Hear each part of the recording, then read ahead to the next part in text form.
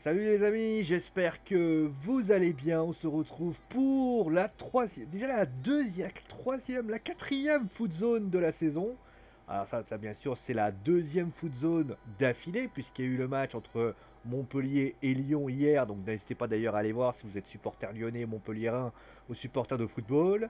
Et donc ce soir, nous sommes allés voir du côté du Paris Saint-Germain qui recevait donc pour la première journée, puisque vous le savez, suite à la finale de la Ligue des Champions, les deux matchs de Lyon et du Paris Saint-Germain, donc Montpellier-Lyon et PSG-Metz. Je rappelle pour information que demain, l'OM affrontera Saint-Etienne, puisque pour ceux qui ne le sauraient pas, l'OM doit également un match en retard pour la simple et bonne raison que l'OM a concrètement eu le Covid. Il y a eu des joueurs qui ont eu le Covid-19, donc le match avait été reporté par rapport à ça. Bon, qu'est-ce qu'on peut clairement en conclure par rapport à ce match? Est-ce qu'on peut être rassuré? Est-ce qu'on peut se dire, bon allez, Paris, c'est plutôt rassurant? Est-ce qu'on peut trouver des motifs de satisfaction? Est-ce qu'on peut dire que cette équipe, eh ben, elle est pas au niveau, etc., etc. Alors certes, les bonnes langues retiendront la victoire, les mauvaises langues diront que cette équipe c'est de la merde, et commenceront bien évidemment à se moquer. On reviendra d'ailleurs pour information en fin d'émission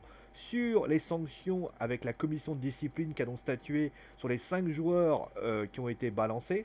Donc voilà, clairement on reviendra à ça plus en fin d'émission. Alors tout de suite, on va parler directement du match, avec notamment des Parisiens qui ont déjà fait plutôt une maîtrise. Alors certes, la première occasion a été Messine, même si les Messins n'ont pas cadré un but, un ballon, pas cadré une frappe, clairement. Mais il y a eu quelques occasions intéressantes du côté de Metz.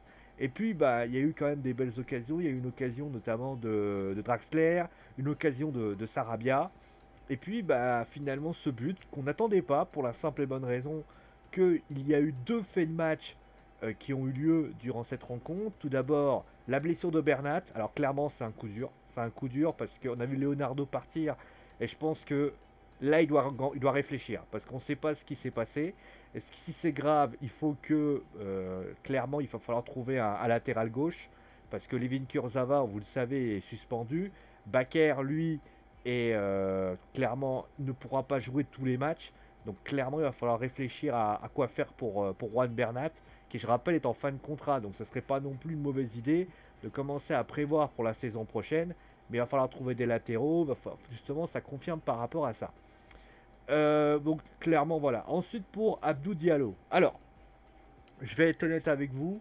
J'ai regardé la faute. Alors la première faute clairement d'Abdou Diallo, elle est justifiée, voilà, il fait une faute un peu vilaine. C'est peut-être ça que je lui en veux clairement à Diallo. C'est peut-être que il fait cette faute qui pour moi n'a pas besoin, clairement.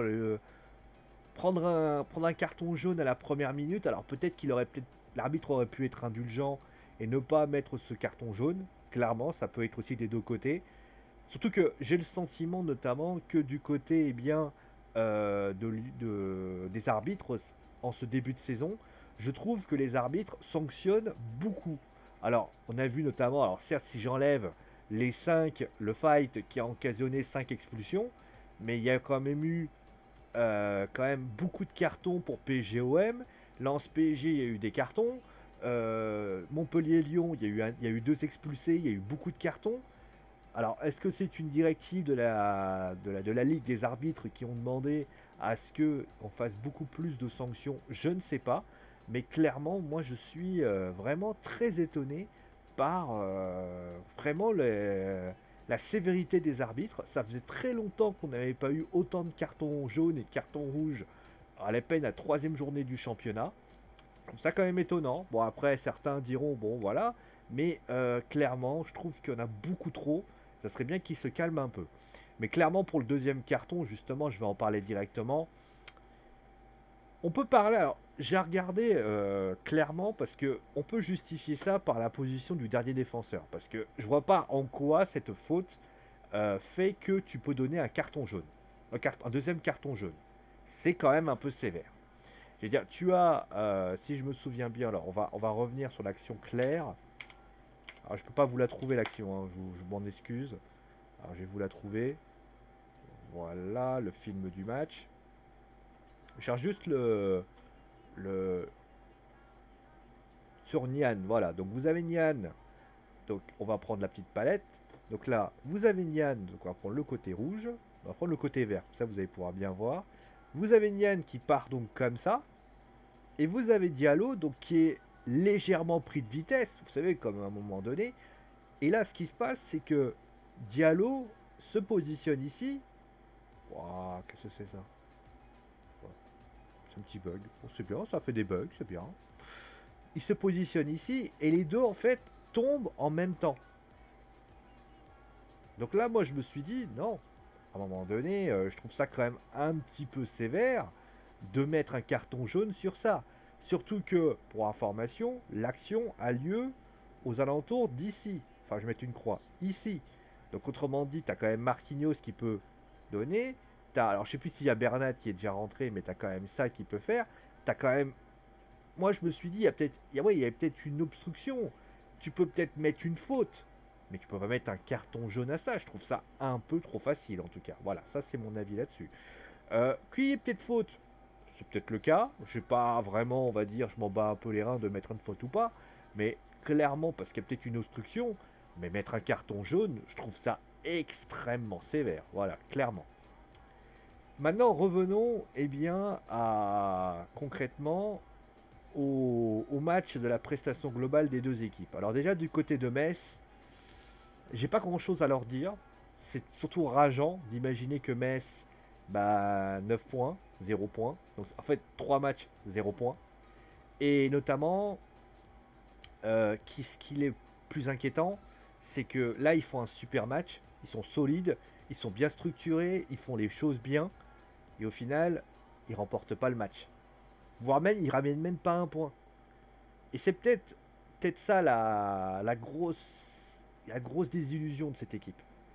Je veux dire, quand tu es dans une équipe comme qui est ici, il faut que le PSG, quand ils sont friables, quand ils sont réduits à 9, peut-être qu'il fallait juste prendre le point du match nul.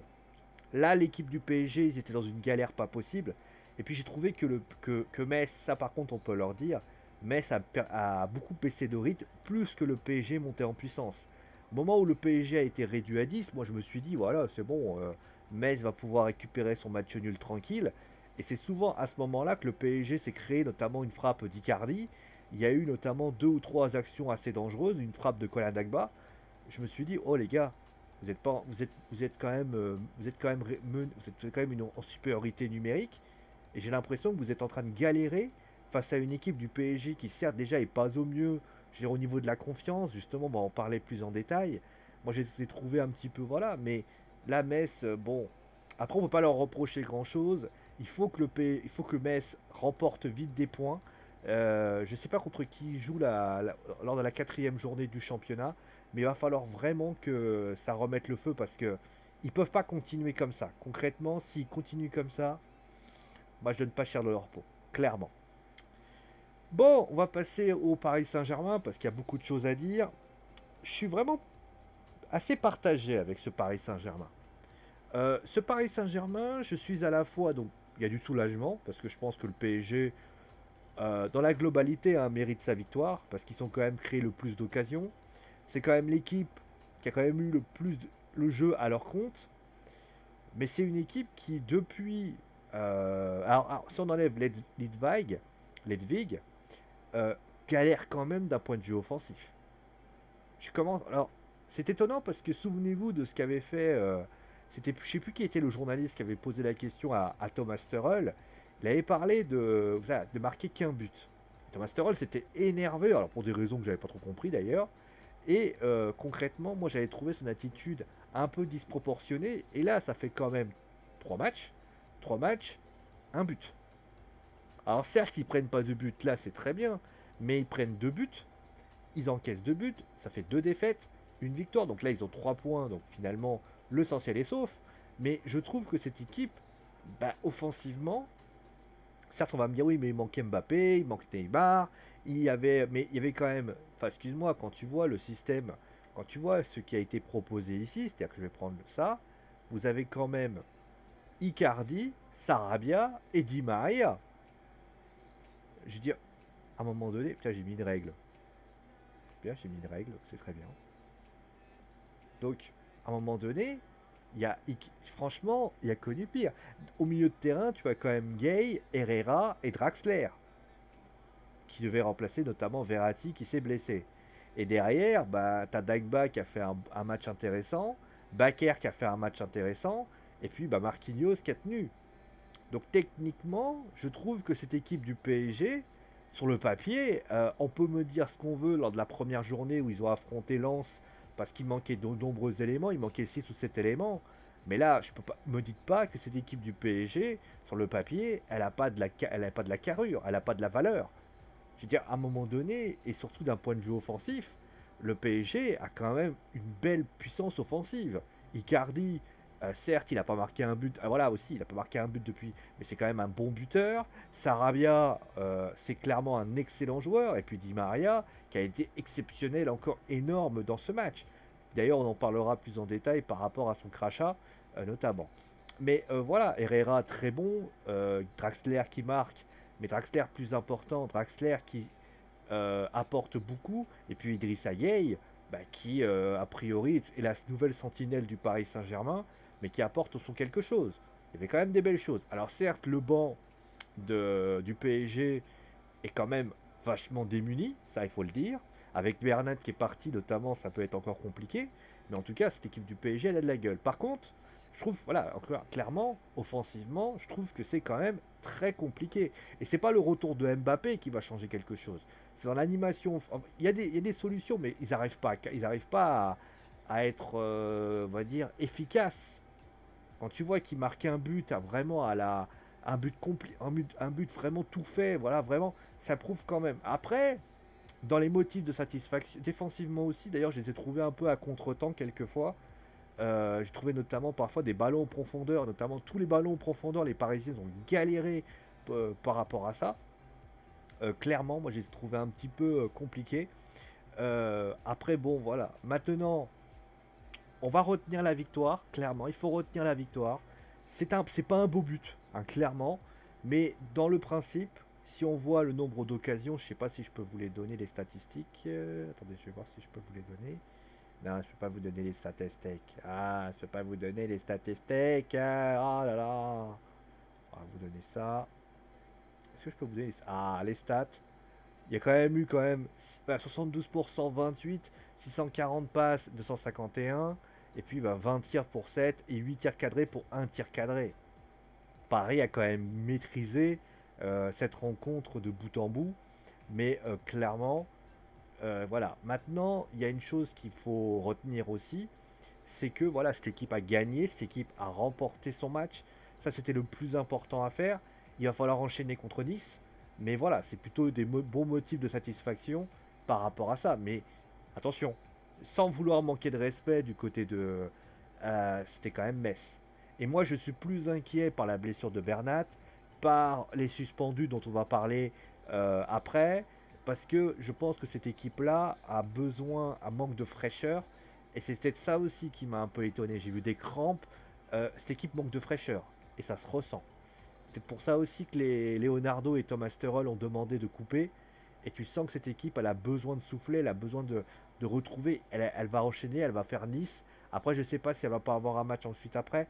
Mais clairement, le PSG n'a pas eu une semaine de repos. Et il va falloir quand même voir par rapport à ça. Bon. Maintenant, on va passer bien évidemment au top of flop. Le top of flop, alors, les top of flop, j'aime bien la composition. Je vais peut-être reprendre la composition de Foot Mercato que j'aime bien en fait. Bah Navas, on peut pas dire qu'il a fait grand chose, donc je vais pas mettre en top, hein. Draxler qui a quand même marqué. Di Maria qui a été très bon dans ce match. J'ai trouvé très très bon. Marquinhos que j'ai trouvé rassurant.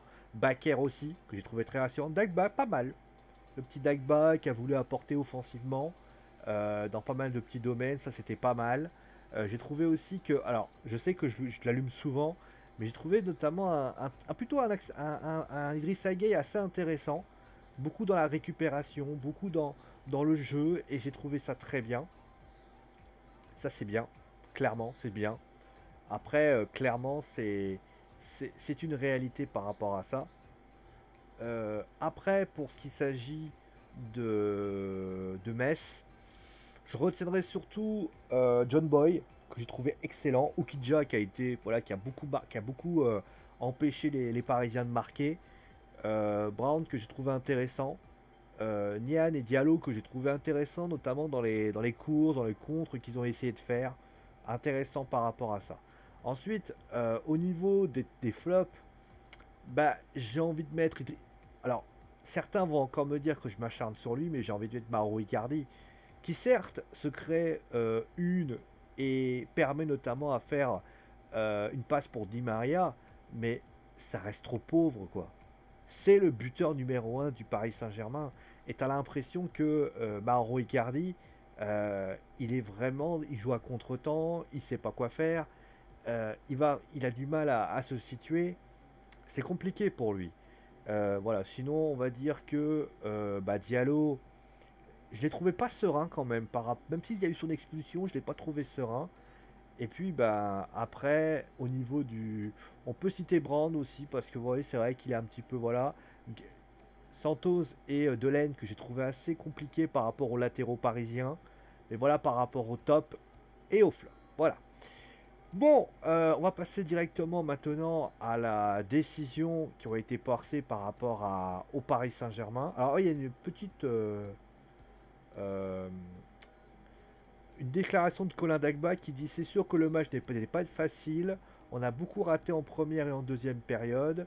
Ouais, beaucoup de déchets techniques, hein. Le but à la fin nous délivre. Sur K9, c'est compliqué. On a puise beaucoup d'énergie. Il y a eu beaucoup d'attaques des Messins. Le but a récompensé notre travail. Voilà. Alors, on va commencer tout de suite par parler de deux choses. Donc déjà, on va commencer avec les suspendus. Alors, attendez, où ils sont les suspendus? Voilà, ils sont là. Donc, on va tout de suite commencer avec, concrètement, les Devin Kurzawa qui a pris le plus cher. 6 matchs de suspension pour Levin Kurzawa.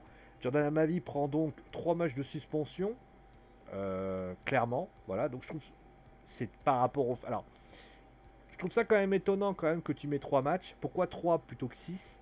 Alors certes, Levin c'est celui qui est, on va dire, celui qui engage le fight.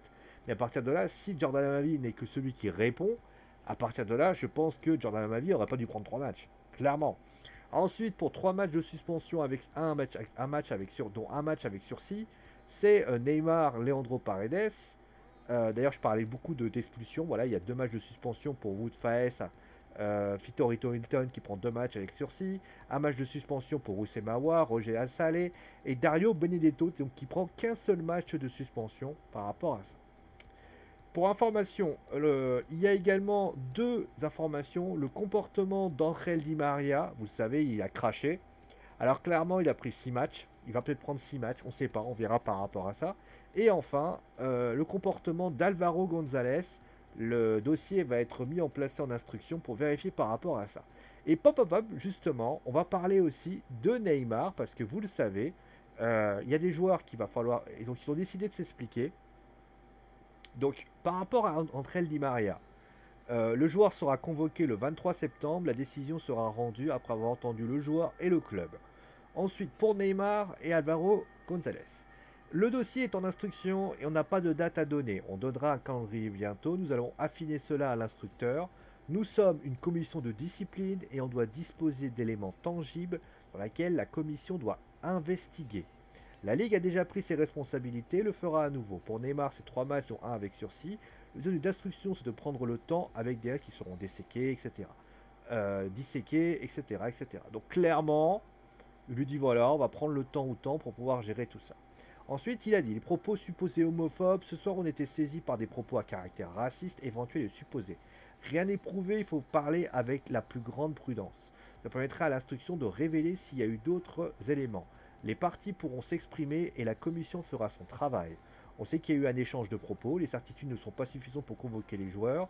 On va continuer d'investiguer sur les images pour apprécier s'il y aura des sanctions disciplinaires vis-à-vis de tel ou un tel. On n'a pas en état de tels éléments précis, c'est sans préjugés. Autrement dit, qu'est-ce que ça veut dire?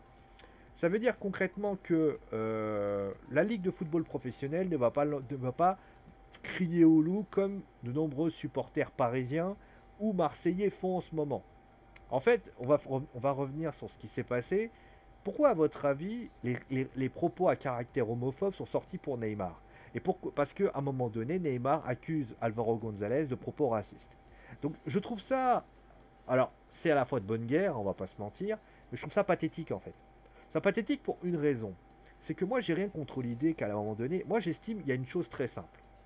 Moi, je serais pour une sanction encore plus simple, pour vous dire. Neymar considère que Alvaro González a tenu des propos racistes à son encontre. Très bien. À partir du moment où il a tenu ses propos, la Ligue de football professionnel ne doit pas commencer à taper sur des propos homophobes etc., ou je ne sais quoi. À la limite, ils prennent l'image en question, ils prennent la vidéo en question, et ils sanctionnent sur un point. Neymar a-t-il eu des propos racistes à son encontre? Si c'est oui, bah, Alvaro González prend 10 matchs.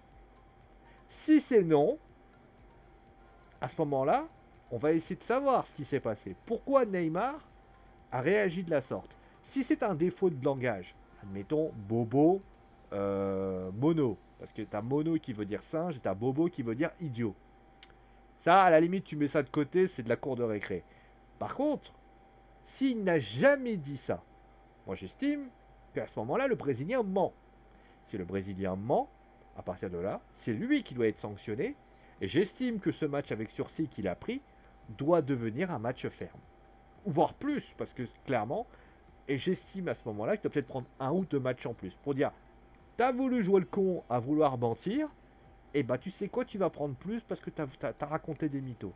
Moi je ferais comme ça. C'est pas la peine de jouer le ouais, t'as dit que il a dit que j'étais des propos homophobes. Mais oui, t'as dit que t'étais raciste. On est quoi? On est à l'école? C'est comme le crachat de Di Maria. Vous allez voir que Di Maria, on va dire oui, mais vous voyez, il a craché à sa direction. Il ne voulait pas réellement le viser. C'est juste que il a à un moment donné, je suis désolé, et la commission de discipline va dire ah bah je sais pas, est-ce qu'on peut juger? Non. A-t-il craché sur Alvaro González? Oui ou non? Après, si c'est le cas, il prend 6 matchs. Si c'est pas le cas, à ce moment-là, bon là par contre c'est particulier parce que clairement Alvaro González va pas se plaindre de. Mais clairement, s'il y a eu ça, c'est soit oui, soit non. Mais t'essayes pas de sortir des trucs comme ça. Vous voyez ce que je veux dire? Je trouve ça un petit peu puéril. Pour Levin Kurzawa, pour moi, c'est totalement normal, puisqu'il part en fight. Lui, il a décidé de faire de la boxe.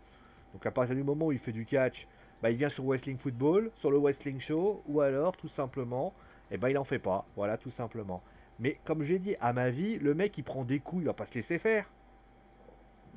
Donc, forcément, s'il prend des coups, il va pas se laisser faire. Il va faire. Paredes, c'est quand même le mec qui lance en premier. Mais qui prend 2 matchs avec 3 matchs et dont un avec sursis. Le mec, c'est comme le mec tu vois, qui donne le premier coup de poing, il prend moins cher que celui qui prend après. Moi, je trouve que c'est voilà. Après, pour Neymar, bon, j'ai rien à juger là-dessus. Il a pris autant. Pourquoi pas? Après, ouais, ça aussi, voilà. Ça aussi, il y a autre chose. Neymar prend 3 matchs, dont un avec sursis. Qu'est-ce qu'il a fait, Neymar? Il a juste fait ça. Alors voilà, on va faire comme ça. Est-ce qu'il l'a frappé? Est-ce qu'il lui a mis une tape sur la tête comme ça? Est-ce il l'a juste caressé le crâne? Si moi, à un moment donné, je fais ça, à un moment donné, tu prends 3 matchs, eh ben dis donc, qu'est-ce que ça doit être pour Kurzawa, il en doit reprendre 20. Parce qu'il s'est quand même battu avec Amavi. Hein. Et Paredes aurait dû prendre 6 aussi. Vous voyez ce que je veux dire? C'est quand même hallucinant. C'est quand même hallucinant de voir que prend Neymar, parce qu'on va croire que je m'en fous, hein, Neymar il prend 10, 20, 40, 25 matchs, c'est pas mon problème. Moi j'estime que si Neymar a fait ça, à un moment donné, on va pas mettre 3 matchs avec sursis. Ça veut dire que Paredes est aussi violent que Neymar. Moi je trouve ça quand même un petit peu abusé. Neymar il a pris ça, bon il aurait dû prendre 2 matchs à la limite pour le calmer un peu. Mais à un moment donné, Paredes il doit prendre 6 matchs alors. Et Kurzawa j'en parle même pas, il doit prendre 10. Vous voyez ce que je veux dire? Il y a peut-être un petit problème de notion de ce qui se passe. Voilà, c'est mon avis là-dessus. Et d'ailleurs, à ma vie, pour moi, je vais vous dire la même chose.